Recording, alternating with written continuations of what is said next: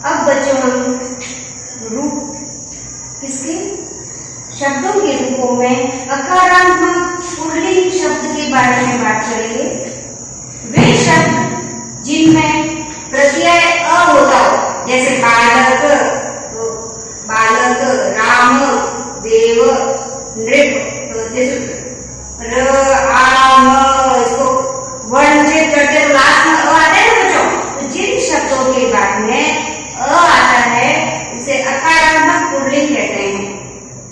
अब इसमें आपको विभक्ति किस तरह देखना है, तो सबसे पहले कारक का पता होना चाहिए आपको। कारक के बाद में कारक के चिन्हों का पता होना चाहिए और कारक में प्रथम कारक हो उसका विभक्ति क्या होगी प्रथम, ये आपको ध्यान होना चाहिए। और प्रथम विभक्ति में भी आप एक वचन, द्विवचन और बहुवचन, सिंगुलर, प्लूरल और द्विवचन, ठीक है, इन सब के बारे में ध्यान होना चाहिए। तो अब हम कारक को समझेंगे, कारक के चिन्हों को, विभक्ति को, और विभक्ति में भी एक वचन, द्विवचन और बहुवचन। चलिए हम स्टार्ट करते हैं बच्चों। पहला कारक है, प्रथम कारक कर्ता, का चिन्ह क्या है ने। प्रथमा विभक्ति, कर्ता को क्या बोलेंगे प्रथमा विभक्ति। तो इसका एक वचन क्या होगा बालक, बालको, बालका, एक वचन बालक, द्विवचन बालको, बहुवचन बालका।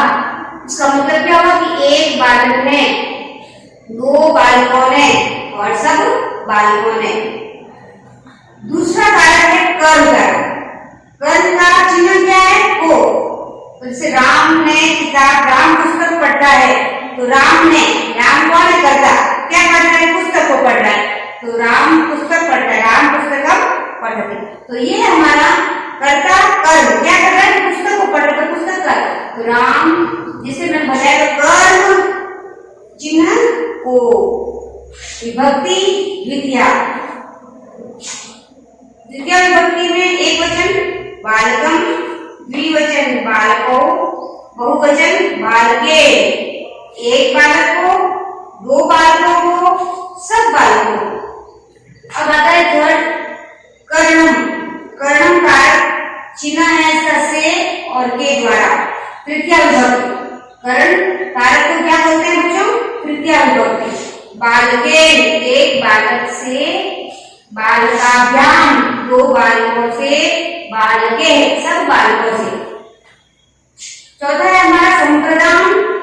संप्रदान, संप्रदान कारक इसका चिन्ह है के लिए, विभक्ति चतुर्थी, एक वचन बालकाय, द्विवचन बालकाभ्याम, बहुवचन बालकेभ्य। अपादान कारक पंचमी विभक्ति अपादान कारक और चिन्ह से विभक्ति पंचमी। बालकार, बालकाभ्याम, बालकेभ्य। तो बालकार, बालकार यानी एक बालक से, दो बालक से, सब बालकों से। संबंध कारक, संबंध कारक छठी विभक्ति है, षष्ठी विभक्ति और चिन्ह है इसका का के की। षष्ठी विभक्ति बालकस्य, बालकयो, बालका नाम। अधिकरण मैं पेपर, मैं पर यानी सप्तमी विभक्ति। अधिकरण कारक का विभक्ति कौन सी है सप्तमी। बालके एक बालक मैं पेपर, बालकयो, बालकयो। देखो कॉलन का विशेष तौर पर ध्यान रखना है। कॉलन को इंग्लिश में बोलते हैं और यहाँ करेंगे विसर्ग, जो दो डॉट लगे ना बच्चों इसको विसर्ग बोलते हैं। तो बालकयो दो बालकों के, दो बालकों में, बालकेशु सब बालकों में। संबोधन हे, इसका चिन्ह है हे बालक। तो अष्टमी ये कौन सी विभक्ति है अष्टमी, ये हमारे जनरली बहुत कम काम में आती है संबोधन। हे बालक, हे बालको, हे बालका। हे बालक यानी एक बालक, हे दो बालक, हे सब बालकों। तो ये हमारा अकारात्मक पुल्लिंग के बारे में मैंने आपको विभक्ति समझाई। अब हम और भी विभक्ति हैं जिनको हम देख करके एक्सप्लेन करूंगी मैं। शब्द रूपाणी अकारात्मक पुल्लिंग शब्द बालक, बालक का पुल्लिंग शब्द में अकारांत में विभक्ति क्या होगी? प्रथमा विभक्ति। बालक एक वचन बालक, द्विवचन बालको, बहुवचन बालका, यानी एक बालक, दो बालक और तीन बालकों ने। द्वितीय विभक्ति बालकम, बालकौ, बालकान। तृतीय विभक्ति बालकेन, बालकाभ्याम, बालके। चतुर्थी विभक्ति बालकाय, बालकाभ्याम, बालकेभ्य। पंचमी विभक्ति बालका, बालकाभ्याम, बालकेभ्यः। षष्ठी विभक्ति बालकस्य, बालकयोः। यहाँ पे आप विभक्ति के साथ में देखिए, जब द्वितीय विभक्ति में बालकयोः देखते हैं बच्चों के साथ में विसर्ग लगा हुआ है, इसको बालकयोः ऐसे बोलेंगे।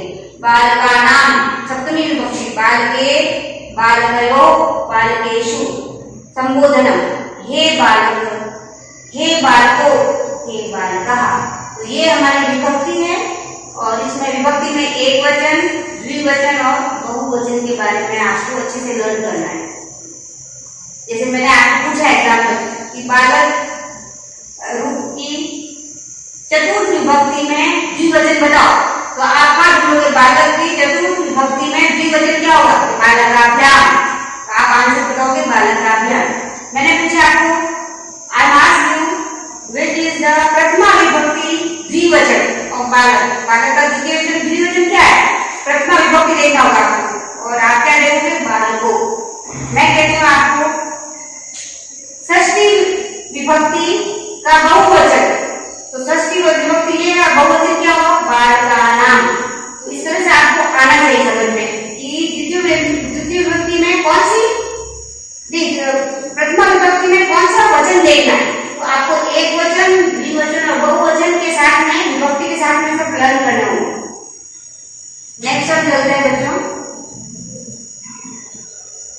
इनमें से ये जो आपने बालकम, बालको लिखा ना, इस तरह से हम राम के भी रूप बना सकते हैं कि राम का क्या होगा? राम, रामम, रामेण, रामाय, रामत, रामस्य, रामे, राम। तो ये हमारा एक वचन का बोला इस तरह से राम, रामो, रामो, राम, रामाभ्याम, रामाभ्याम, रामाभ्याम, रामयो, रामयो, हे राम। इस तरह से राम, राम, राम, राम, रामान, रामे, रामेण, रामेभ्य, रामेभ्य, रामेभ्याम, रामेषु, हे राम। तो ये हम इन नाम को लेकर के भी इस तरह से अलग अलग से रूप बना सकते हैं। यानी बालक की जगह हम क्या लिखेंगे? राम, राम, राम, राम, रामम, रामेण, रामाय, रामात, रामस्य, रामे, राम। तो नृप, देव, राम, पितामह, पंडित इत्यादि नाम अकारांत पुल्लिंग शब्दानाम रूपाणि भवन्ति। आपको इस तरह से इनको भी न्याय करके और इसको हम विभक्ति में बना सकते हैं। अब आता है बच्चों आकारांत पुल्लिंग। आकारांत स्त्रीलिंग, आकारांत हमेशा स्त्रीलिंग ही होगा। जैसे बालिका, का के साथ में क्या जुड़ा है? क प्लस आ। तो आपको प्रत्यय देखना है क प्लस आ यानी का, बालिका। तो बालिका के रूप क्या है? देखो प्रथमा विभक्ति में बालिका, बालिके, बालिका। द्वितीय विभक्ति बालिकाम, बालिके, बालिका। तृतीय विभक्ति बालिकया, बालिकाभ्याम, बालिकाभि। चतुर्थी विभक्ति बालिकाए, बालिकाभ्याम, बालिकाभ्य। पंचमी विभक्ति बालिकाया, बालिकाभ्याम, बालिकाभ्य। षष्ठी विभक्ति बालिकाया, बालिकयो, बालिकानाम। सप्तमी विभक्ति बालिकायाम, बालिकयो, बालिकासु। संबोधन यानी ये अष्टमी विभक्ति आपका हे बालिके, हे बालिके, हे बालिका। तो इनमें भी इस तरह से हम बना सकते हैं। लता का भी बना सकते हैं, रमा, माला, कलिका। जैसे रमा, लता का बनाएंगे, क्या बनेंगे बच्चों? बनाएंगे बच्चों लता का बनाओ। देखें इस तरह देख बालिका को, लता, लते, लताः, लताम, लते, लताः, लताया, लताभ्याम, लताति। तो इस तरह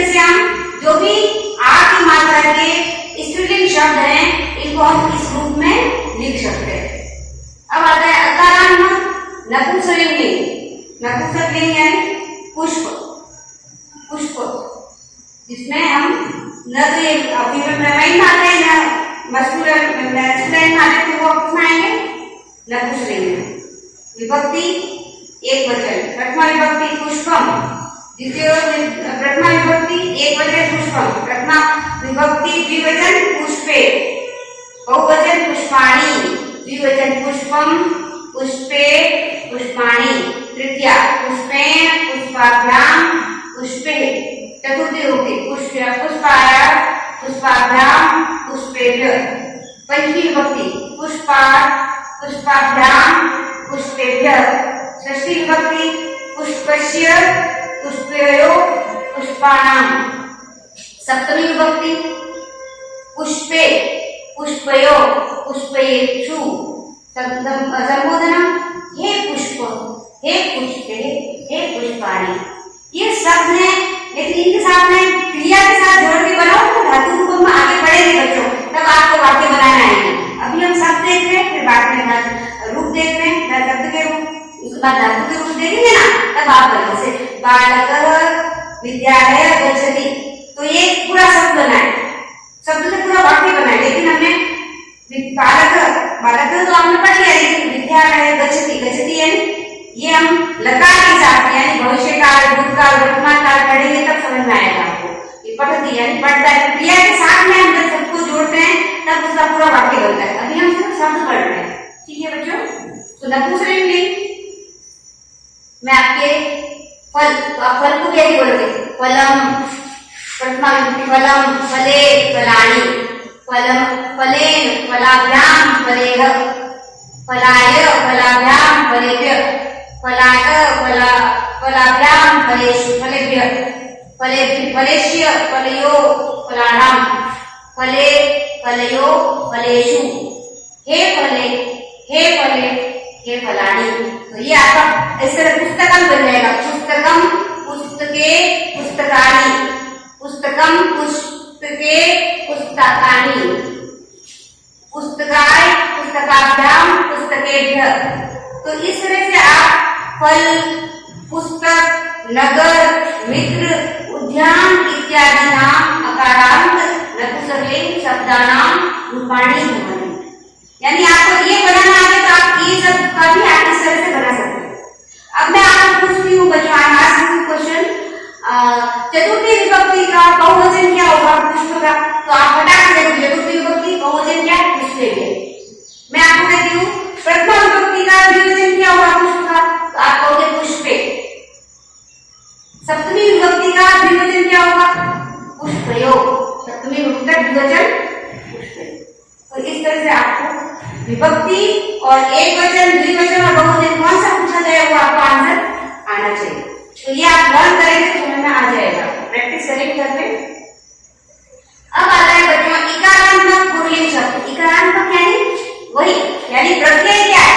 मुनि, मुनि के साथ छोटी की मात्रा लगी है बच्चों, इसीलिए इसको बोला है इकारात्मक पुल्लिंग शब्द।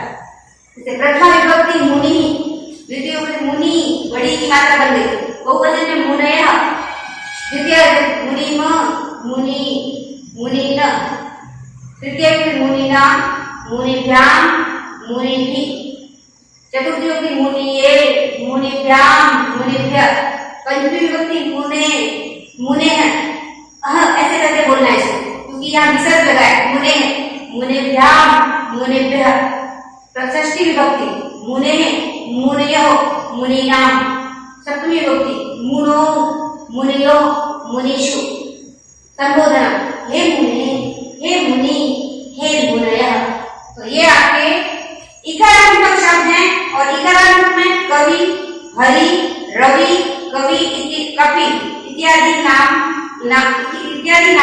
इकारात्मक शब्द पुल्लिंग शब्दानां रूपाणि भवन्ति। तो इनके भी सेम इस तरह से बनेंगे, जैसे कवि, कवि, कवयः, कविम, कवि, कविना। तो ये आप प्रैक्टिस भी इस तरह से शब्द बना सकते हैं।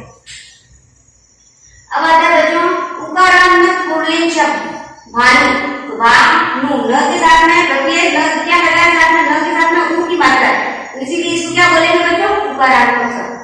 प्रथमा विभक्ति भानु भानु भानव, द्वितीय विभक्ति भानु भानु भानुः, तृतीय विभक्ति भानुना भानुभ्याम भानुभिः, चतुर्थी विभक्ति भानुरे भानुभ्याम भानुभ्यः, पंचमी विभक्ति भानु भानुभ्याम भानुभ्यः, षष्ठी विभक्ति भानु भानुवो भानुनाम भानुनाम।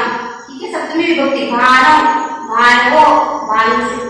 संबोधन हे भानु हे भानु हे भानुव। तो इसमें भी उकारांत पुल्लिंग शब्द कौन कौन से हैं?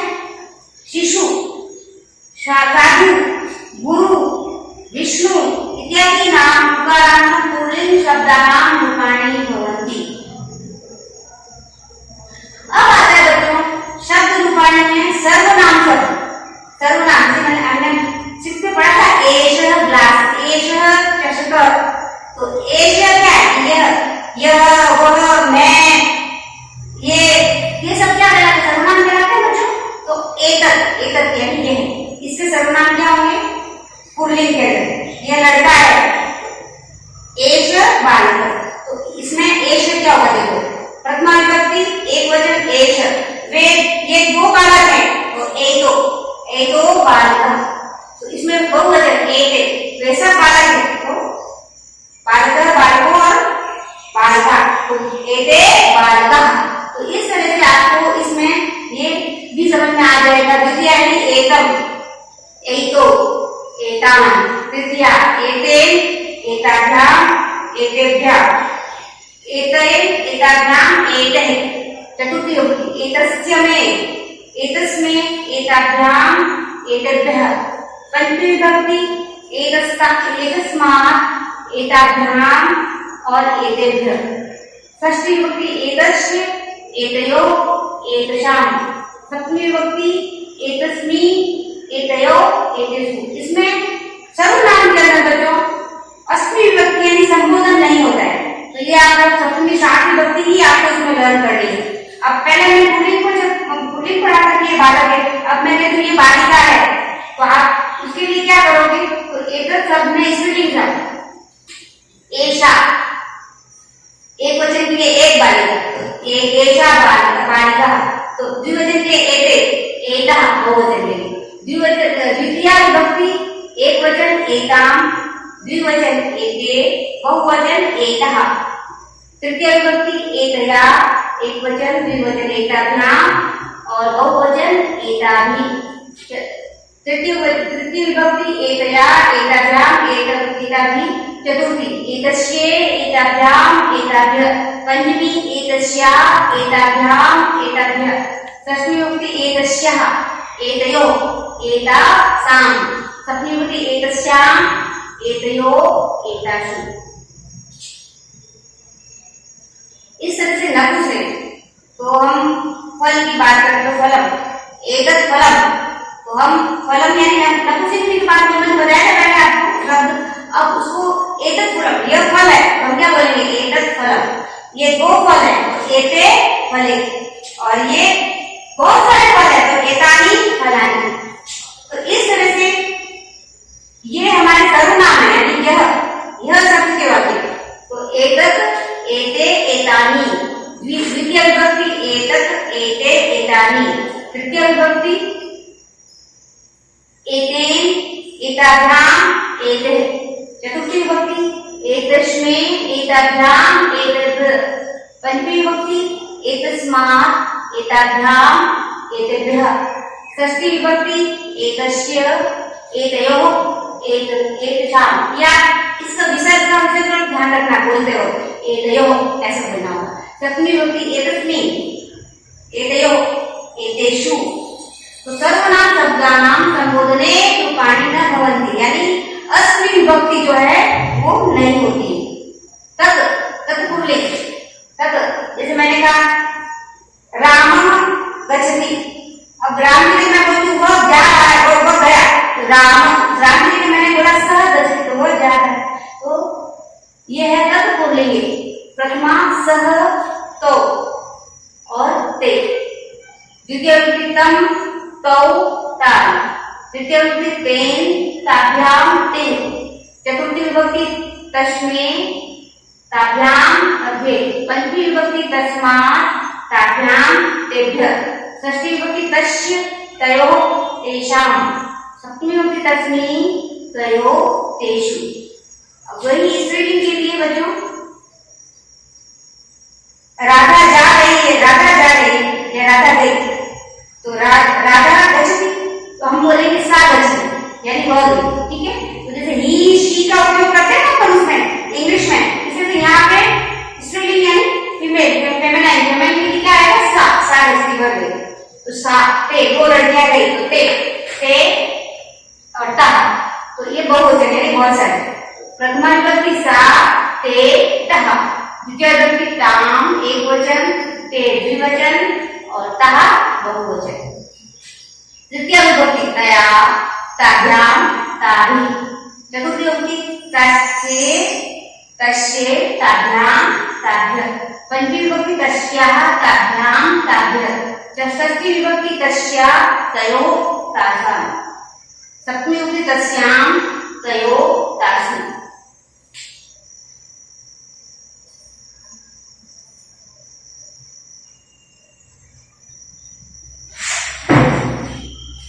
तो बच्चों आज हमने शब्द रूपाणी पढ़े। आपको इसमें सिर्फ विभक्ति, ये तो आप समझ सकते हैं कि विभक्ति और एक वचन, द्विवचन और बहुवचन को पढ़ा हमने। और मैंने यदि पूछा तत् स्त्रीलिंग का, चतुर्थी विभक्ति का द्विवचन बताइए, तो आपको आंसर आना चाहिए। तत् स्त्रीलिंग का पंचमी और द्विवचन पूछा मैडम ने, तो आपको बताना होगा आंसर ताभ्याम। इसी तरह से तत् स्त्रीलिंग शब्द का प्रथम विभक्ति और एक वचन पूछा, तो आप आंसर दोगे सा। तो इस तरह से हमारा शब्द रूपाणी फिनिश हुआ। आप घर पे अच्छे से अपने टेक्स्ट बुक को रीड करिएगा, व्याकरण व्याकरण का चैप्टर पार्ट है, उसमें शब्द रूपाणी पढ़ के आपको वर्क बुक के अंदर आंसर समझने हैं और अपने आंसर लिखने हैं। उसमें वर्क बुक दी है आपको, उसके अंदर आपको वर्ण विचार के बारे में शब्द रूपाणी है ना, उसमें आपको 6, 7, 8 के लिए एक साथ ही बनाया, लेकिन 6 का अलग आंसर लिखना होगा, 7 वाला को अलग लिखना होगा, 8 वाला। आप वर्क बुक पढ़ेंगे, उसी अकॉर्डिंग आंसर भी लिखिएगा। Thank you students.